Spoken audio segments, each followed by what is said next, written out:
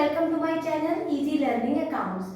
आज की इस वीडियो में हम जो लास्ट वीडियो में हमने जनरल एंट्रीज के बारे में पढ़ा था, उससे बेस्ड कौन कौन से अकाउंट बनते हैं, कौन कौन से नेसेसरी अकाउंट्स होते हैं जिनमें हम उन एंट्रीज को पुट करते हैं, उनको रीड करते हैं, उनको एडजस्ट करते हैं, वो सब हम सीखेंगे। तो रिटायरमेंट ऑफ द पार्टनर में एडमिशन ऑफ द पार्टनर की तरह सेम वही अकाउंट्स बनते हैं जो हमने एडमिशन में बनाए थे। वो कौन कौन से? नंबर 1 रिवैल्यूएशन अकाउंट, सेकंड में partners capital account, then balance sheet. Clear है? एक एक करके हम उन अकाउंट्स को एक बार समझ लेंगे और फिर इससे बेस्ड क्वेश्चन करेंगे, राइट? तो पहले अकाउंट है हमारा रिवैल्यूएशन अकाउंट। रिवैल्यूएशन अकाउंट को सबसे नंबर 1 पे बनाएंगे और याद रखिएगा रिवैल्यूएशन अकाउंट के जो भी एडजस्टमेंट्स होंगे वो हमें दिए हुए क्वेश्चन में जो एडजस्टमेंट्स की लाइन दे रखी होंगी बेटा, हमें उन लाइंस में से उन चीजों को उठाना है। और अगर वैल्यू बढ़ रही है, कोई एसेट्स बढ़ रही है या कोई लायबिलिटी घट रही है, कोई अनरिकॉर्डेड एसेट्स हैं, तो रिवैल्यूएशन अकाउंट में हमें क्रेडिट साइड, और अगर कोई एसेट्स कम हो रही है, लायबिलिटी बढ़ रही है या अनरिकॉर्डेड लायबिलिटीज भी क्रिएट हो रहे हैं, तो वो रिवैल्यूएशन अकाउंट में डेबिट साइड लॉसेस में दिखाना है according to our nominal rule. Balancing कर देनी है बेटा। बैलेंसिंग अगर हमारी डेबिट साइड हो रही है तो वो कहलाएगी to profit transfer to partners capital account, और बेटा अगर बैलेंसिंग क्रेडिट साइड हो रही है तो by loss transfer to the partners capital account. इनको ओल्ड रेशियो में हम क्वेश्चन में डिस्ट्रीब्यूट कर देंगे। क्यों?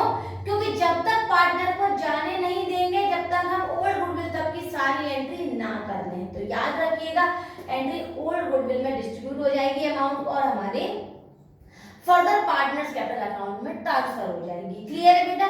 नेक्स्ट अकाउंट जो हमारा बनेगा वो है पार्टनर्स कैपिटल अकाउंट। इसकी पहली एंट्री बाय बैलेंस बीडी, जिसमें हम अगर लायबिलिटी साइड बैलेंस शीट में कैपिटल दे रखा है तो उसको क्रेडिट साइड, और अगर एसेट साइड दे रखा होता है तो हम यहाँ पर टू बैलेंस बीडी के नाम से अमाउंट पुट कर देते। क्लियर है बेटा? सेकंड पॉइंट हमारा वही accumulated profit, general reserve fund, PNL, जो कि बैलेंस शीट में लायबिलिटी साइड होगा, उन्हें उठाएंगे और ओल्ड रेशियो से यहाँ डिस्ट्रीब्यूट कर देंगे। क्लियर है? थर्ड एंट्री हमारी जो एक्यूमुलेटेड लॉस की थी उसकी जगह हमारी डेबिट साइड होती है। अगर क्वेश्चन में है लायबिलिटी साइड को एसेट साइड और बैलेंस शीट है तो उनको भी ओल्ड रेशियो में डिस्ट्रीब्यूट कर देंगे। वर्कमैन कंपेंसेशन, इन्वेस्टमेंट फ्लक्चुएशन की अगर कोई क्लेम या मार्केट प्राइस, कॉस्ट प्राइस के एडजस्टमेंट्स हैं तो उनको भी एडजस्ट करके हम अपने एंट्रीज में यहाँ पर पुट कर देंगे। क्लियर है? नेक्स्ट देख लीजिए हमारा रिवैल्यूएशन अकाउंट में अगर प्रॉफिट है तो वो क्रेडिट साइड, और रिवैल्यूएशन अकाउंट में अगर हमारा लॉस आया है तो उसको हम डेबिट साइड में पुट कर देंगे। नेक्स्ट एंट्री ओल्ड गुडविल की। ओल्ड गुडविल की all partner capital account debit to goodwill होती है, उसको हम debit side partners capital account में पुट कर देंगे। अगर हम सीक्वेंस को देखें हमारा, तो अगला सीक्वेंस था हमारा gaining partner capital account debit to retiring partner capital account. Last video में जरूर देखें। तो गेनिंग पार्टनर्स का नाम यहाँ और अमाउंट आएगा रिटायरिंग में, रिटायरिंग का नाम डेबिट में और आंसर आएगा हमारा, उसकी अमाउंट आएगी हमारी कहां पर बेटा? डेबिट में। तो रिटायरिंग का नाम रकम गेनिंग में और यहाँ पर गेनिंग का नाम रकम रिटायरिंग में। बस इसके बाद हमें बैलेंसिंग कर देनी है। अगर बैलेंसिंग हमारी डेबिट में हो रही है तो टू बैलेंस सीडी, और क्रेडिट साइड हो रही है तो बाय बैलेंस सीडी। याद रखिएगा जो एक इंपॉर्टेंट बात हमें याद रखनी है, जो पार्टनर रिटायर हुआ है, इस क्वेश्चन में हमने अज्यूम किया है कि सी रिटायर हुआ है, तो उसका नाम अलग से दिखाएंगे टू सीज लोन में, उसको बैलेंस सीडी में नहीं दिखाएंगे। क्लियर है? आगे बढ़ते हैं। लास्ट में बनाएंगे हम बैलेंस शीट, और बैलेंस शीट बिल्कुल हम अपने ओल्ड बैलेंस शीट को देखकर बनाएंगे। कोई वैल्यू बढ़ रही होगी बढ़ा देंगे, घट रही होगी घटा देंगे, अनरिकॉर्डेड होगी तो रिकॉर्ड कर देंगे, और कैपिटल में केवल उन्हीं पार्टनर्स का कैपिटल लिखेंगे जो पार्टनर कंटिन्यू है, और रिटायरिंग पार्टनर को लोन के नाम से दिखा देंगे। और अगर रिटायरिंग पार्टनर को कैश पे कर दिया है तो कैश में से उस अमाउंट को डिडक्ट कर देंगे और रिटायरिंग पार्टनर का नाम पूरा दिखाएंगे ही नहीं। एक बात और याद रखना, अगर इस क्वेश्चन में लोन अकाउंट बनाने का भी क्वेश्चन कहेगा, लोन का इंटरेस्ट रेट भी बताएगा, तो एक और अकाउंट बनेगा जिसका नाम होता है रिटायरिंग पार्टनर्स लोन अकाउंट। अगर इसकी इंफॉर्मेशन होगी तो ये बनेगा। ये भी कैसे बनेगा इसको भी मैं आगे आने वाली वीडियो में बताऊंगी। क्लियर है? अब हम इससे बेस्ड एक छोटा सा क्वेश्चन करेंगे कि आपको ये समझ में आए कि जब हमें अकाउंट्स बनाने होते हैं तो हम क्वेश्चन को किस तरह से सॉल्व करते हैं। तो देखते हैं। क्वेश्चन लिखा हुआ है मैंने, question number 36.57 page number 2.57 TS Grewal 2020। Clear है? मैं क्वेश्चन को रीड कर लेती हूँ, आप बोर्ड पे देख लीजिए। X ratio Y ratio Z equals to 2:1। Balance sheet दे रखी है बेटा, क्रेडिटर्स, रिजर्व और कैपिटल दे रखा है, कैश दे रखा है, debtor, stock, building and patent, Y retires and goodwill of the firm is 70,000। Next है bad debt is 2000 which is written off, patent is valueless and कह रहे हैं prepare all the necessary account that mean devaluation account, partners capital account and balance sheet। सबसे पहले बनाएंगे बेटा हम इसका revaluation account। revaluation account के लिए देखिए ये हो गई हमारी debit side, credit side, revaluation account, particular amount. हमें पता है कोई भी नुकसान हो जाता है तो वो हम डेबिट में लिखते हैं और कोई भी फायदा होगा बेटा तो उसको हम क्रेडिट में लिखेंगे। रिवैल्यूएशन अकाउंट के लिए एक बात हमेशा याद रखना, इसके जो भी पॉइंट्स होंगे एडजस्टमेंट में ही गिवन होंगे। तो एडजस्टमेंट नंबर 1 देखिए, वाई की गुडविल के बारे में है, वो रिवैल्यूएशन अकाउंट में नहीं आएगा।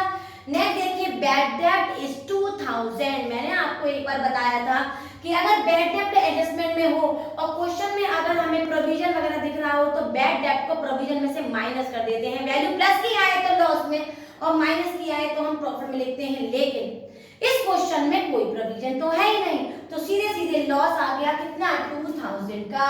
तो टू बैड डेट लिख देंगे हम 2000। यहाँ तक बात क्लियर है बेटा? आगे बढ़ते हैं।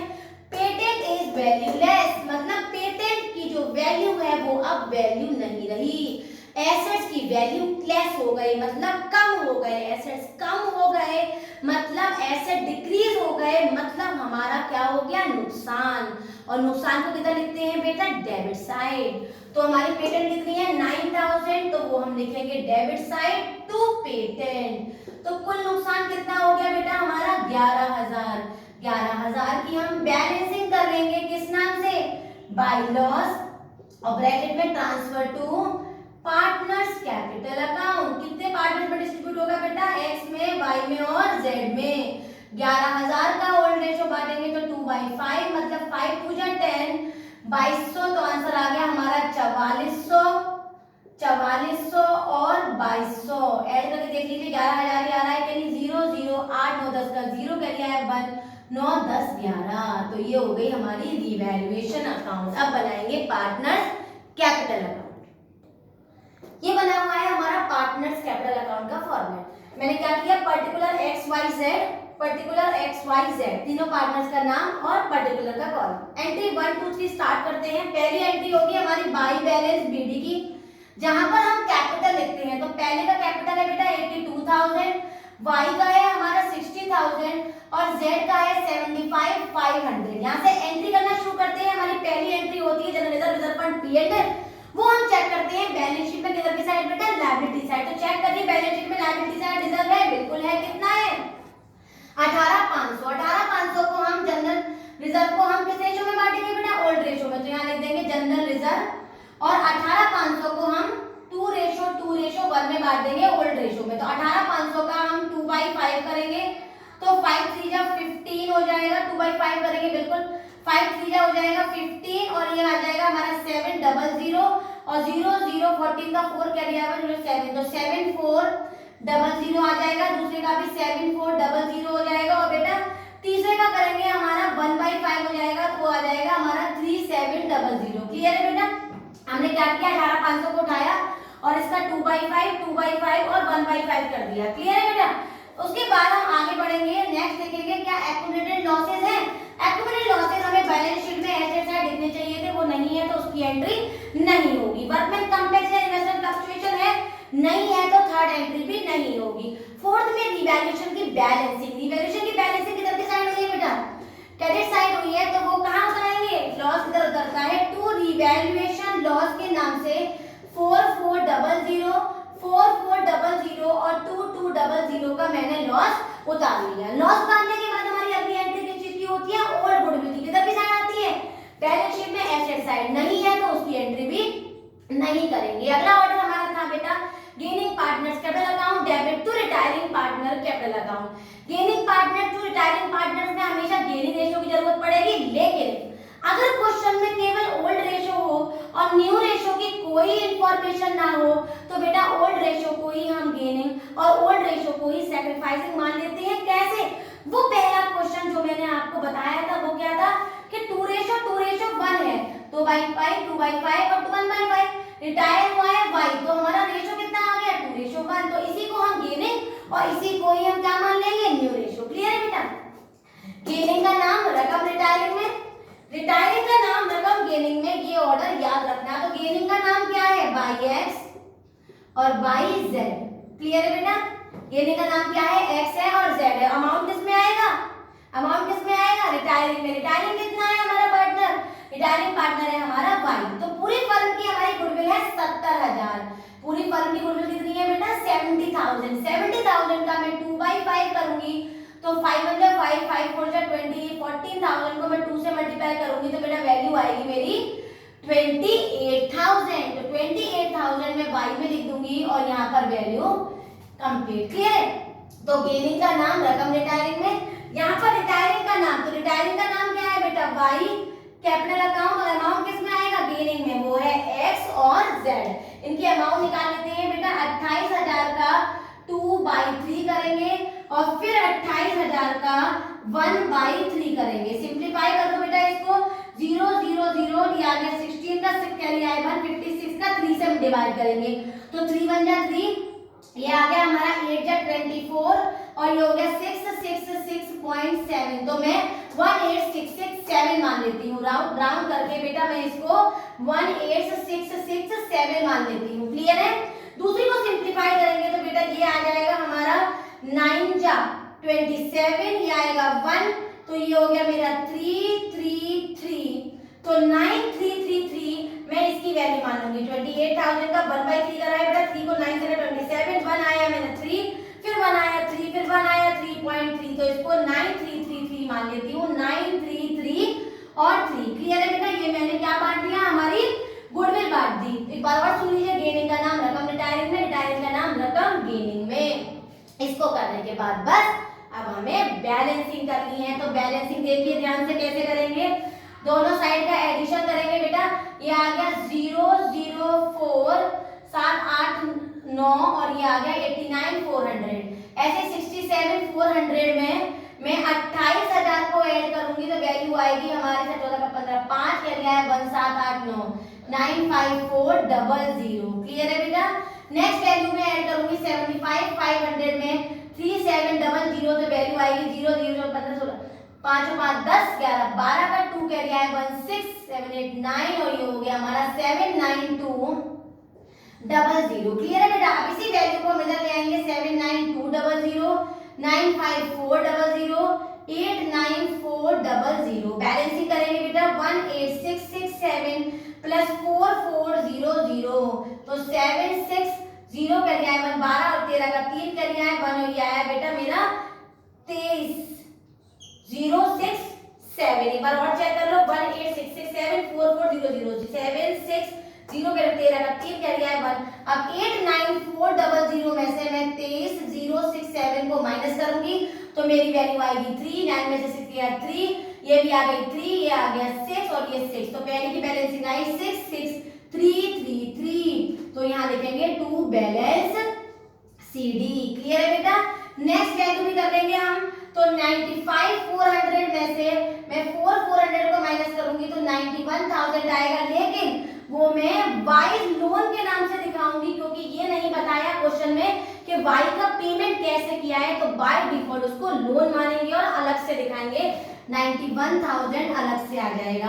और तीसरे की बैलेंसिंग भी कर लेंगे 2200 और 9333 335 और 9 10 11।